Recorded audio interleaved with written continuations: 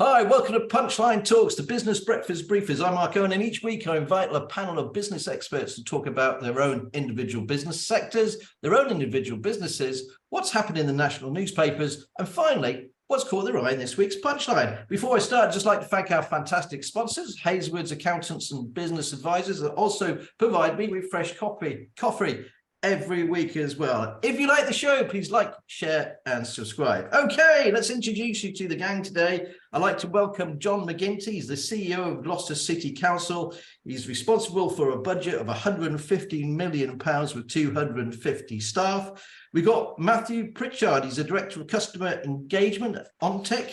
ONTIC is a globally trusted aerospace partner, supporting and supplying established aircraft parts and the world's aerospace leaders. They've got two sites in Gloucestershire, one at Bishop's Cleeve, one in Staverston. They employ 1,100 people across the globe. Here in Gloucestershire, there are 450 staff with a turnover of 450 million. Welcome again, Matthew. Great to see you again. We've got June Little. She's the chair of a Cotswold listener of Talking Newspapers. They help the visually impaired and they read the news basically to them. Thanks ever so much for joining us today, June. And finally, last but never least, we've got Glen Collinbourne. He's the Director of Chartered Accounts and Business Advisors, Hazelwood's. He's a specialist in private client and tax specialists. Hazelwood's are currently 34th in our top 100 biggest employees with 430 staff. So welcome, guys. Welcome to Punchline Talks. Let's have a look at what's making the headlines today, courtesy of the BBC. The Daily Mirror, energy fat cat scandal, obscene amount of money they've been making, says the Mirror. The Eye, Shell forcefully fitted 4,000 prepayment meters in the UK while making £32 billion profit, says the Eye. The Guardian, UK and US challenge to tech firms over growing power of AI. And the story that caught myself actually this morning was this one here: Belize may become a republic. Someone who was stationed in Belize, myself, for 6 months there in the jungle and Harrier hides. Sort of resonates with me. The Times, again, lots of different stories, but the high blood pressure linked to 30 minutes a week on your mobile, says the Times. The Daily Express, huge burden put on but the king is relaxed. The Daily Telegraph, coronation anthem is made for churches. The Metro, send him victorious. The Sun, cheers from Will and Kate, the king in the pub. The Daily Star, I'm up there with Pep, I'm up there with Klopp, and I'm nearly up there with Sam Allardyce, says the Daily Star. And the Daily Mail, China's coronation insult to Britain. Well, that's the main headlines today. Let's see what John's picked out from the papers. Thanks for joining us today, John. What have you got for us? Morning, Mark. By the way, you inflated my my revenue by a factor of 10. We've only got a sort of revenue budget of 15 million, not 150 million, but well, I always like to big you up, John. Thanks to big me up. No, I mean, I also picked, the front page of the Times was quite interesting. A couple of stories on there. First of all, the mobile phone ones that you mentioned. That's only linked if you use the phone by your ear. Apparently, if you hold it on speakerphone or using a headset, you don't get the same link to the high blood pressure. So that was quite interesting, because I used to watch The Apprentice and wonder why these people were standing there holding their phones like this. And I thought they were idiots, but maybe they knew something we didn't. There was also a thing on the front page about Britain's favourite quiche, and it's definitely not broad beans, tarragons and spinach, I'm very glad to say.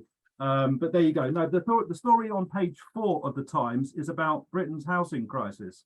It's a subject sort of very close to my heart, because obviously as a district council, we're responsible for dealing with homelessness and strategic housing strategy for the city of Gloucester.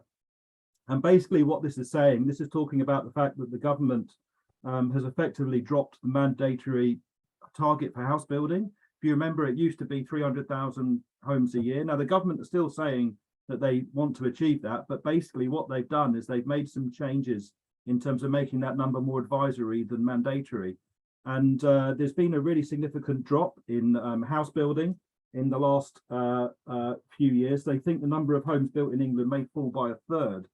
And there's some really interesting statistics here, so they're talking about the electoral logic, because, the Conservatives, the number of people that vote for the Conservatives are demographically more elderly and affluent and rural. And they're people that already own their own homes and, you know, quite like the view and all of that stuff. But look, there's an interesting statistic here. Over the last 20 years, the number of elderly voters who own their homes has risen from 71% to 79%. But home ownership rates amongst every other generation, every other age group have collapsed. Wow. As has affordability. So in 1997, 89% of local authority areas, 89% of the country, you could buy your average house for less than 5 times your average earnings. Today, only 7% of the country you can say that in. So affordability is going up, house building is collapsing, and we got a general election coming up in the year, and we're still waiting for government to tell us, local authorities, about what the new national planning policy framework's actually going to say in terms of how we deliver the homes we need in this country. So it's got all the makings of a sort of looming, very slow build, slow burn crisis, but I'm not sure anyone knows quite what the solution is, Mark. No, well, nobody likes to build houses on their own neck of the wood. Let's be honest about it. That's the big problem, isn't it? And but here in Gloucestershire, we've actually covered it in the next Punchline magazine that's coming out. We've done a big piece, 9 pages on all the houses being built along the M5 corridor.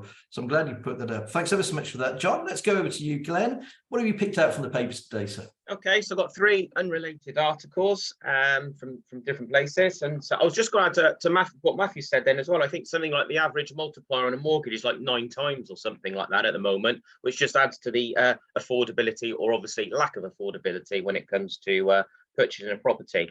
So first of all, I've got the Express here. I'm going to try and hold this up, but I've mainly done this just because of how much they've really gone for it with Prince William being in the pub.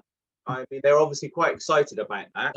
Him and his wife have gone off on the lash, and this is because they're celebrating a pint which is now called a Kingmaker, which has been developed, and that was in the Dog and Duck. That was obviously they made a big deal of that. I don't know if they've been to a pub before, but they obviously enjoyed it quite a lot.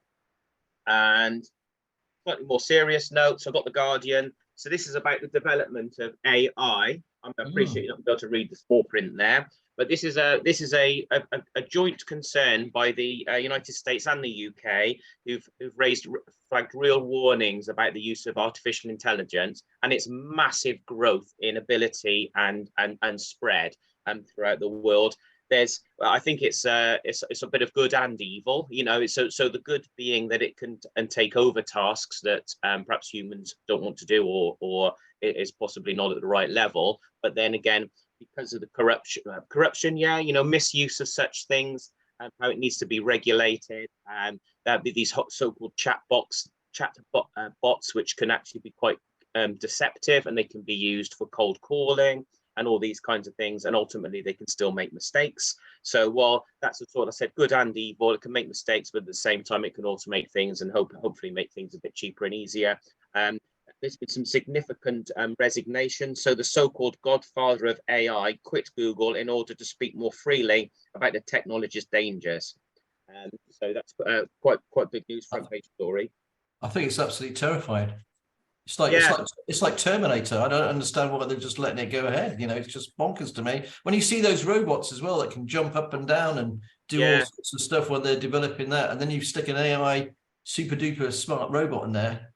And absolutely. And even Elon Musk has come out as being one of the signatories against, or at least to pause research for the time being while we understand what it is we're actually trying to research and find out and develop. So there's something like 20,000 significant names on a big poll worldwide. I thought I'd end my 3 on just a fun one, which is this article here. Again, I appreciate you can't read it, but it says shoe robbers put their foot in it. So in Peru, some robbers broke into a shoe shop, stole 300 trainers. They were all right-footed. So I think that's quite a limited market they're looking to sell to.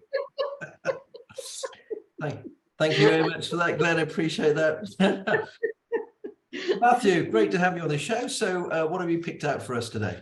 So I've got a story from the Financial Times today saying that the Airbus are warning that the supply chain crisis, which Certainly in the aerospace industry is really reasonably well known, might actually last until 2024. Now Airbus, I mean, they're a huge European success story. You go back to the early 70s, a group of European aerospace companies decided to work together to sort of rival the big US jet makers.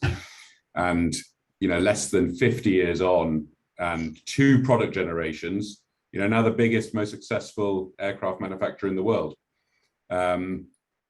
With huge assembly plants in Toulouse and Hamburg, and being fed from a couple of large facilities here in the UK. They're saying that a lot of this goes back to COVID, and it's hard to imagine that sort of almost 4 years, 3 or 4 years on, we're still feeling the effects. So whether that's sort of semiconductor production in Taiwan and China, sanctions in Russia, whatever it is, it's causing all these lockups.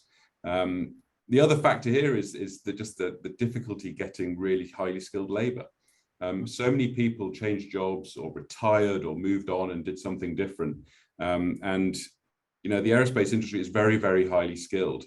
People tend to join it. They tend to join it young as apprentices, and they stay in it for 30 or 40 years. Replacing those skills has been incredibly difficult. So what they're saying is, they're saying they're going to build about 720 airplanes this year. That's 2 airliners a day, and that's just Airbus. Boeing have sort of similar ambitions, but they're saying that even that relatively conservative number is somewhat at risk at the moment, just because of these shortages of parts. And if you think, 70% of the cost of the value of an airliner is externally sourced in the supply chain. Airbus design it, they stitch it all together in the factory, but all these parts are coming from firms all over the world. You can see how they're exposed to that risk. And I suppose the reason why I find it's particularly interesting and relevant is, I think the Airbus supply chain supports close to 100,000 jobs in the UK.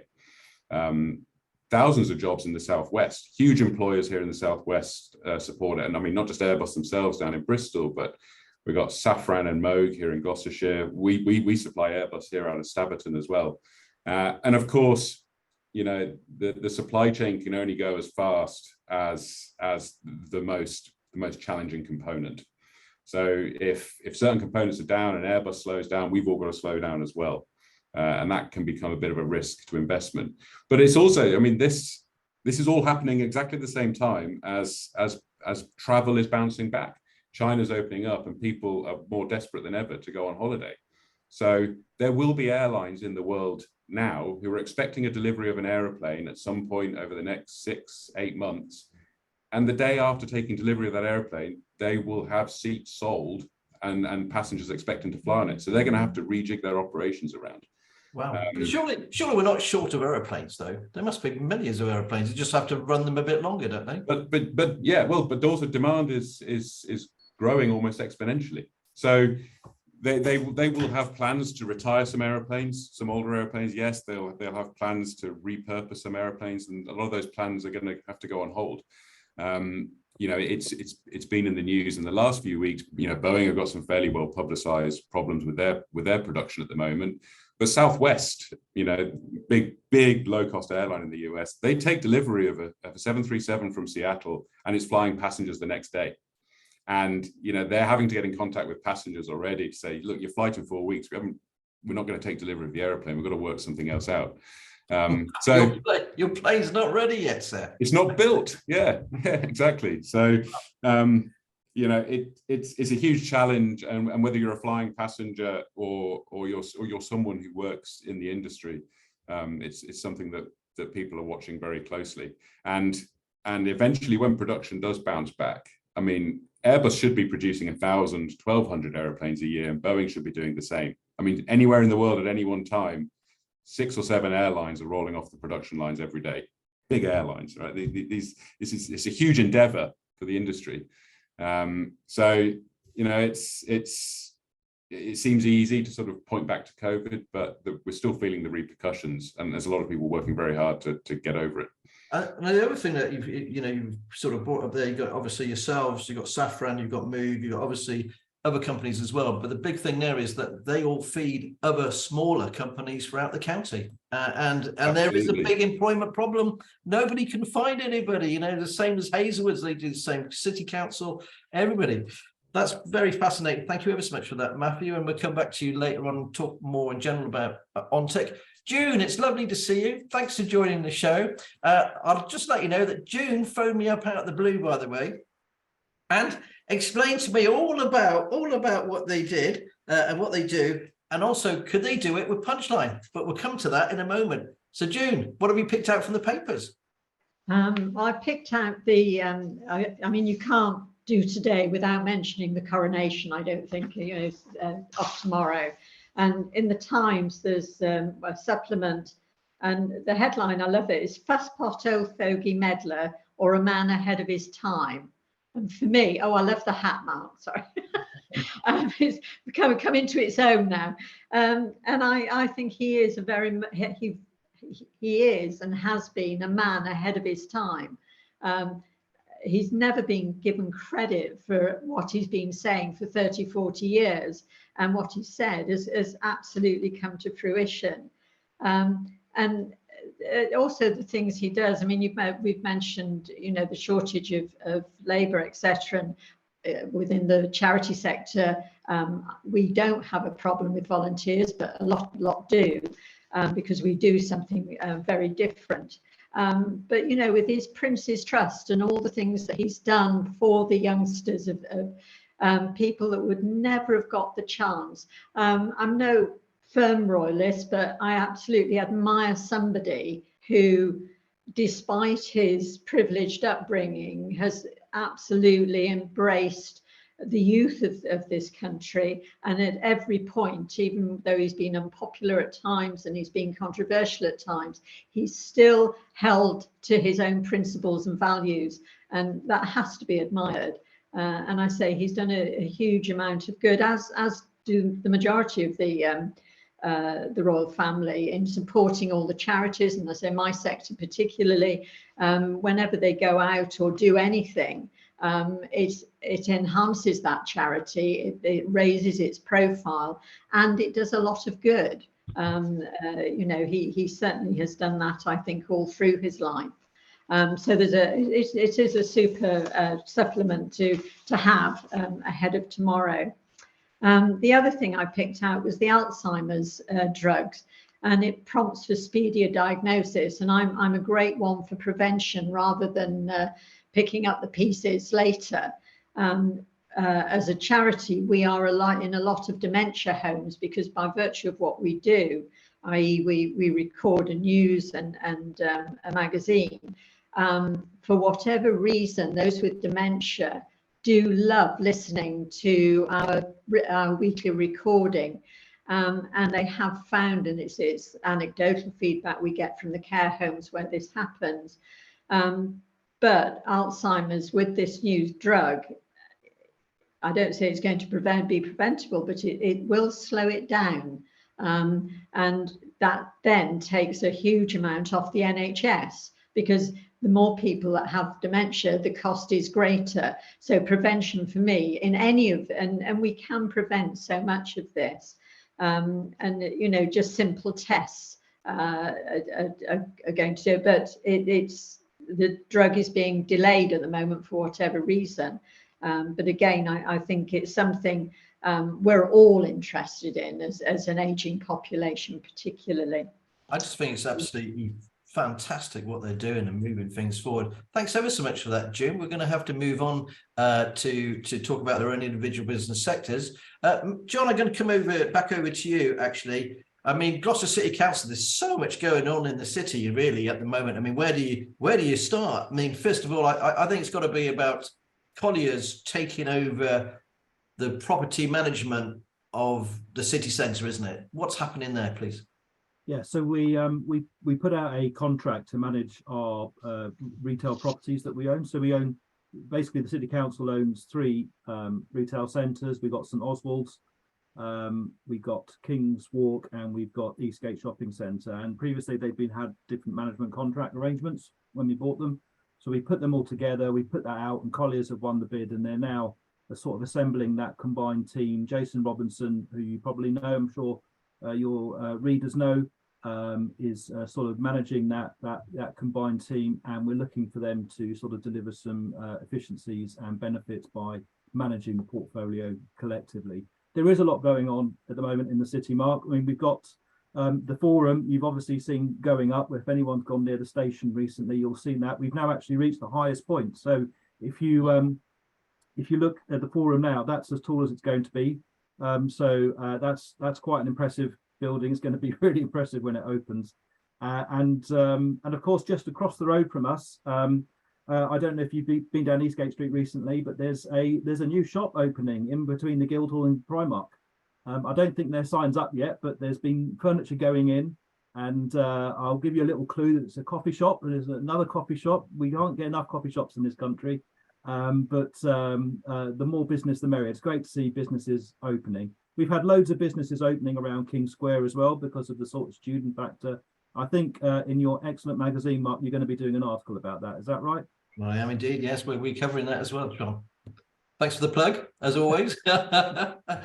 There's been very quickly move on. There's been elections today. Obviously, it has a massive impact on you generally if it was council elections. Can you just explain a little bit about that, please? Yeah, so there's been 3 elections yesterday held in the Cotswold, Forest of Dean and Tewkesbury. This is for the local councils, local district councils. 2 of them are counting today, so we won't know the results in the Forest of Dean or Tewkesbury until this afternoon. But the Cotswolds counted overnight, and I believe the Lib Dems have strengthened their hold on that council. The interesting thing for me is this is the first time we've ever had to have voter ID in the polling stations. So I've had some observers going along to some polling stations in Tewkesbury just to see how it's been working. I mean, the overall message we've been hearing is overall it's gone quite smoothly. Most people have heard the message, they've heard the advertising and the announcements, and they've come prepared. But of course, what we don't know, what none of us can actually determine, is how many people have not shown up at all because they didn't have voter ID. It's estimated that 2 million people in the country don't have photographic ID of the type required, but only 80,000 people have applied for something called a voter authority certificate as a sort of an alternative. So technically, there's nearly 2 million people that are disenfranchised by this move, but we'll never know the true statistics because although the people that have been running elections yesterday have been keeping stats of how many people have been turned away, of course there might be millions of people that just haven't bothered to show up because they knew they didn't have the ID, but we'll never know. No, and it has a massive impact, doesn't it? The different council who's running them has a massive impact on Gloucester and your offices and the rest of the council, really.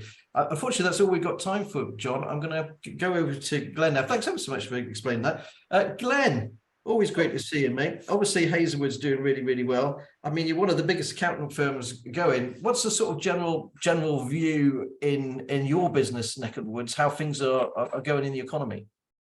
Oh, that's a good one. I think that depends where you're looking, really, because certainly professional services are buoyant. So I'm so not just talking about my own profession, but that of legal and medical, dental. Agriculture's there doing what it always does, but with different types of challenges. So in that sense, things are going well. Your small business, as we all know, are going to be challenged. Anything in retail sector is going to be challenged. When you look at things like, you'll see statistics will come out about, companies going into liquidation, voluntary or creditor agreed and all that kind of thing. A lot of that isn't really down to an immediate problem that's happened now. It's actually as a result of it was always going to happen. But what kind of happened is businesses that were struggling before COVID, what happened there is because of all the government support, they were able to actually keep going. And so possibly you might suggest that they kept going, which wasn't, unnecessarily. And so what we're seeing now is all that support's fallen away. Now they're just back to where they were before, possibly even slightly worse. And so while sometimes you might read about liquidations and things being on the up, actually that's almost like a backlog. It was going to happen in the end. So I wouldn't have said if I was looking at those figures I would be particularly bothered about that. Not yet. There'll be when while there obviously have been some quite high profile failures of larger businesses over these last sort of 24 months. I wouldn't necessarily say that that's because everything's going hitting rock bottom. I think what we'll be looking ahead at is if we start to see established businesses in the future starting to fail, maybe we want to worry, but I don't think we're at that stage yet. Quite clearly, inflation is affecting everybody, as is the cost of living, and so prices are going up. And so, in a lot of cases, a lot of businesses will be showing that they've got greater turnover. Some of that's just down to inflation, which is the same for us and everybody else.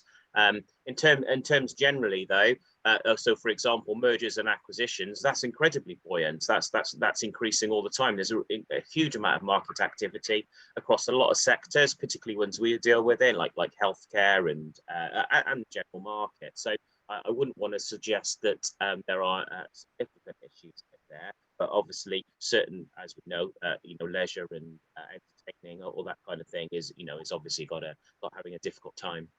Now, just very, very quickly to wrap it up, I noticed the other day a whole sea of emails we got from Hazelwoods, because we keep a track on businesses across the county, and Companies House went nuts with you guys yesterday. Appointments. What's all that about? Yes, it's like so 15 or 20 emails I had.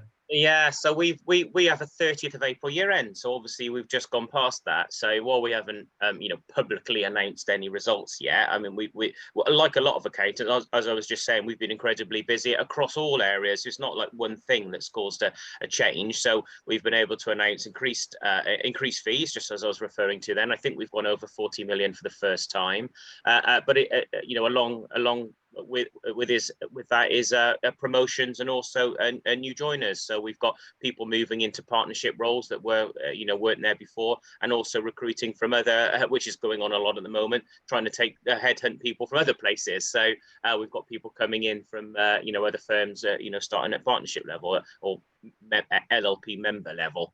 So yeah, that's it. So all very active. Fantastic. Great company. Thanks ever so much, Glenn. And obviously, superb sponsors. What can I say? Don't I mention there are sponsors? Hazelwoods Accountants and Business Advisors. It's up there on there, yeah. So all the time there, Glenn. Thanks ever so much for that. Let's go over to you, Matthew. Thanks for joining us today. And I'm going to share the screen here so you can explain to us about OnTech, please, Matthew. I've got this nice little shot here. Let me have a look there. There we go. So, Matthew, can you explain, please, about OnTech, what you guys do, and all the rest of it in 2.5 minutes?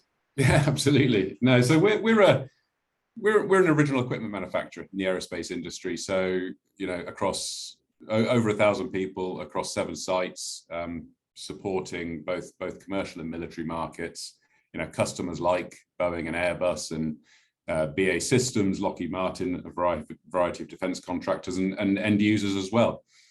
So we manufacture, engineer, and source complex products, systems, components that do a variety of vitally important jobs on aeroplanes, and we're generally speaking, things are going very well. We came off the back of a record year last year. We put some press out about it in January. We recruited 350 people, I think. We added 13 or 14 new acquisitions. We've been through the process of integrating our new factory in Staverton and bring it in line with the rest of our OnTech facilities. And we've already started moving new product in here. So it's an incredibly busy time. And sort of go back to the story I spoke about earlier. I mean, we are seeing a resurgent market. The commercial side is struggling to get up to speed, but it is getting there, and it is making its way back. But obviously, geopolitical situation at the moment means we're not likely to see any downturns in defence spending anywhere in the world anytime soon necessarily. So we're quite well diversified. Not being funny, Matthew, you're sitting on a very buoyant market. I know, and it sounds terrible, but there are always people that make money in a crisis, whether they want to or not. And the aviation industry, anybody in defence is going to cash in. Can't help it. Yeah, and you can see the bounce, the commercial bounce as well. I mean, a big part of our business is the sale of spare parts to airlines, and obviously that really did slump in 2020, but we're seeing it now. And you might have seen we recently announced a new deal with Boeing's distribution business, which is to help us do just that. You know, we deal with products here in Saverton that have a sort of a 12-month lead time, and that's before you even get into raw material sourcing and stuff. But if an airline needs a spare part, they usually need it tomorrow, and they've got scheduled flights to maintain. So, you know, we use distribution partners like Boeing just to make sure, you know, we've got enough stuff on the shelf out in the market, ready to support customers when they need it. So you supply bespoke parts, don't you? You know, for particular aircraft. So if they've run out of, I don't know, small little parts somewhere, I would imagine they don't mass manufacture it. So that's what you guys do. You know, they need a certain widget that goes in a certain aeroplane, and you can manufacture it from scratch, some new drawings. Yeah, and everything's, you know, very complex, highly engineered, and, you know, proven and qualified as well. I mean, I think I spoke a little bit about this last time, but planes are designed and then they're built for sort of 25, 30 years. And then, you know, after the last one's built, they fly for another 25 or 30 years. And we don't sort of mess around with changes, and we don't introduce lots of developments, because once something's proven to work and proven to be safe, then you stick to it. And obviously safety and quality is incredibly critical. And it's been a huge success in the industry over the last 20 or 30 years. So it's very, very important to maintain. But yeah, no, I think things are going really well. And just keep, you know, we've just recently been through an apprentice recruitment process, and we found, you know, 15 great young apprentices to join us this year, biggest intake ever. But again, it's just all part of investing for the future, because the stuff we're building now, we're still going to be building it in 20 or 30 years. It's a certainty. Absolutely amazing, and I'm looking forward to my site visit. I've been promised one very shortly, so I can't. Oh well, let's get that arranged. You're always welcome. I'll bring my own coffee cup. Thanks so much for that, Matthew. Let's go over to you, June. June, lovely to see you.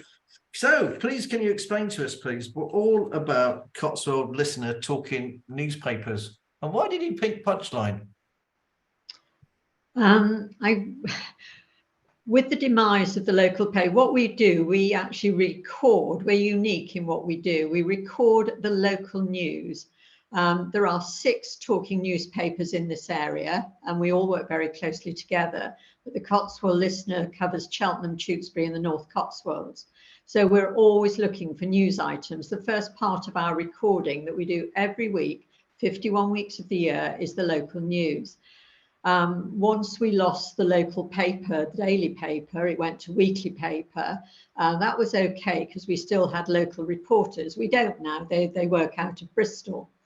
So to find well-written local stories for our listeners, and you have to remember, we have over 150 visually impaired listeners that we send memory sticks out to every week, with news and magazine and lots of other things on it as well.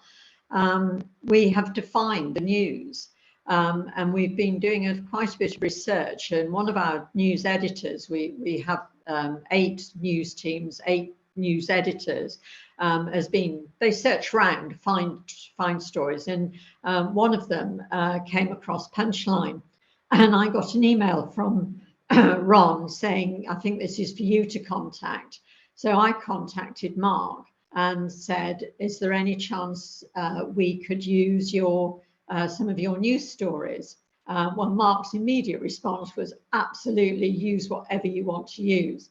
And they're far better written, I have to say. The editors can just download them, because we do everything electronically, and we don't have to change anything. And they are well written, and they're interestingly written. Well, I think they're real journalists, aren't they? Since we've been doing it for 3 weeks, I think now, and so for instance, this week we've chosen 6 from Punchline, and they've all been read. And in our introduction now, we mention our stories have come from the Gloucestershire or Gloucestershire Live, Gloss Live, the Cotswold Journal, and Punchline. So every week Punchline is getting a mention, because if that's what we're doing. But our listeners, you have to remember, most of them are housebound. They live alone. we recorded all the way through the pandemic. We went into lockdown. We did our last recording in the studio the Wednesday before, and we went online and still got our memory sticks out. We were COVID safe all the way through. We have a proper studio in Rodney Road with the best equipment that we can have, and we're very particular on our recordings and the quality of our recordings, because very often with sight loss goes hearing loss, or some hearing loss. So our recordings have to be the best they can be. And what it does, our listeners tell us this, we are their friend. We're their friendly voice. They know our voices. If they meet us, we don't have to introduce ourselves because they know our voices immediately. They have favourite teams. They have favourite readers, and we're in constant contact with our listeners, and they're in constant contact with us. And we did that all the way through lockdown. The three of us weekly rang round our listeners to see that they were okay. And as a result, we have an amazing relationship with them. We're 60 strong in volunteers. 20 volunteers a week are involved in the production of what we do, because we record plays, poetry, soliloquies, etc. in the studio. We have a group, semi-professional, who come in and use the studio. They are volunteers. People. Sorry to stop you, but how's it funded? And just very quickly, I've only got 30 seconds left, but how's it funded?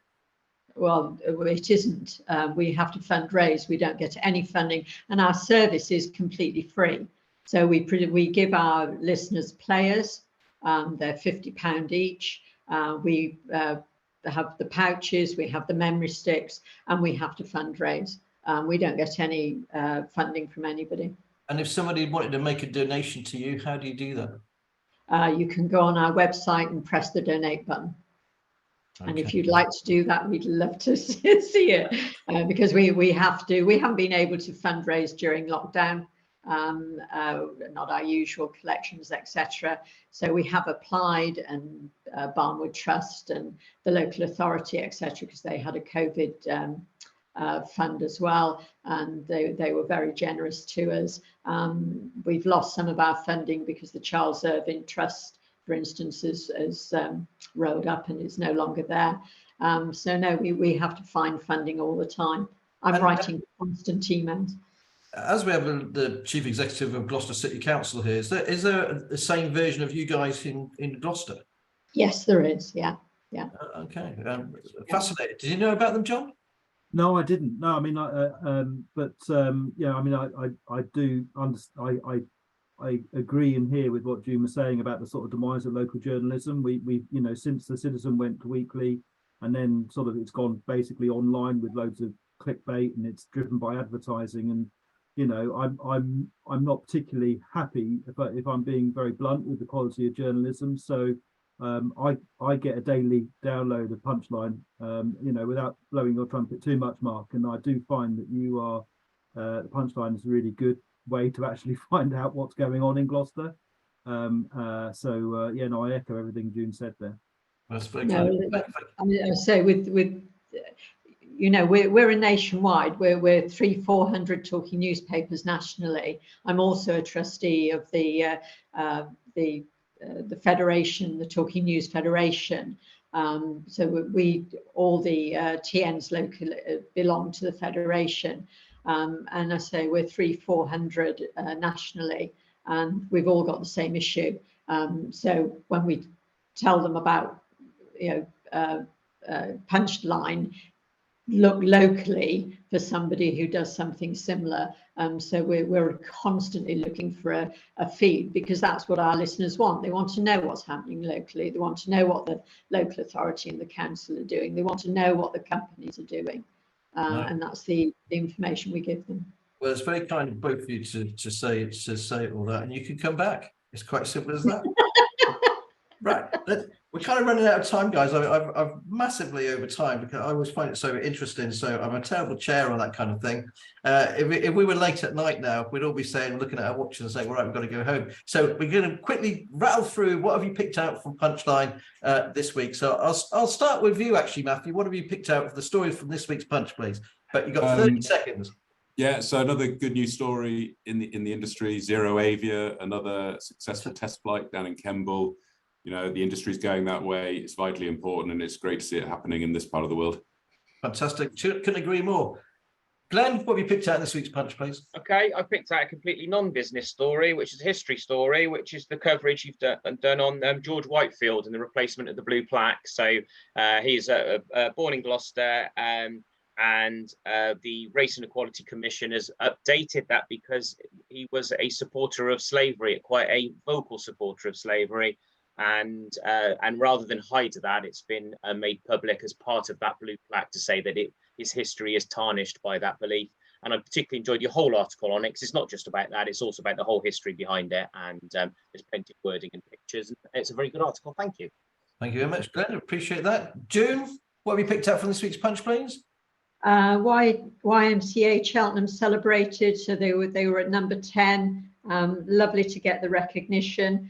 And what was equally nice is that we read the story this week, and Connie, who is our youngest volunteer, she's 17 in sixth form, so it seemed quite fitting that she read it, because obviously, you know, the connection, and she read it beautifully. But it was lovely to see them getting the recognition, because one of their managers has actually also recently joined us as a volunteer as well.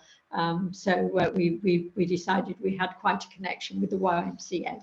That's lovely, because I never really thought about the age of the volunteers, as in being young people there. I don't know why, isn't it? But thank you ever so much for that. John, what have you picked out from this week's Punch? I thought I'd started with you. I thought I'd finish with you.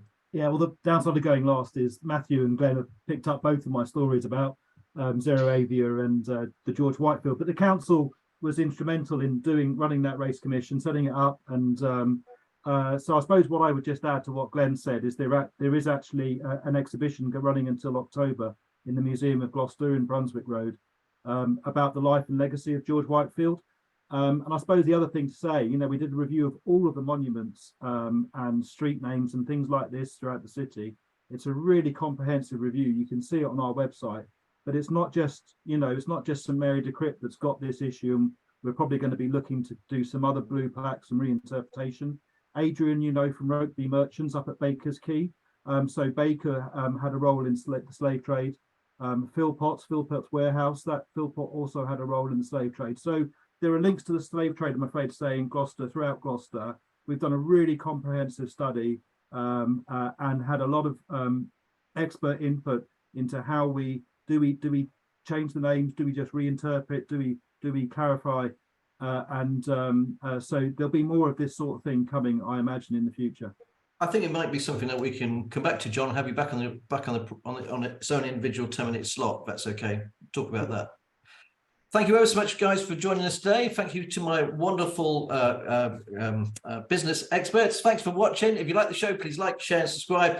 And once again, I'd like to thank our fantastic sponsors, Hazelwood's Accountants, Business and Advisors. Couldn't do the show without them. If you like the show, I've said that already, got to go. Oh, yes. And last thing, God save the King. Bye-bye.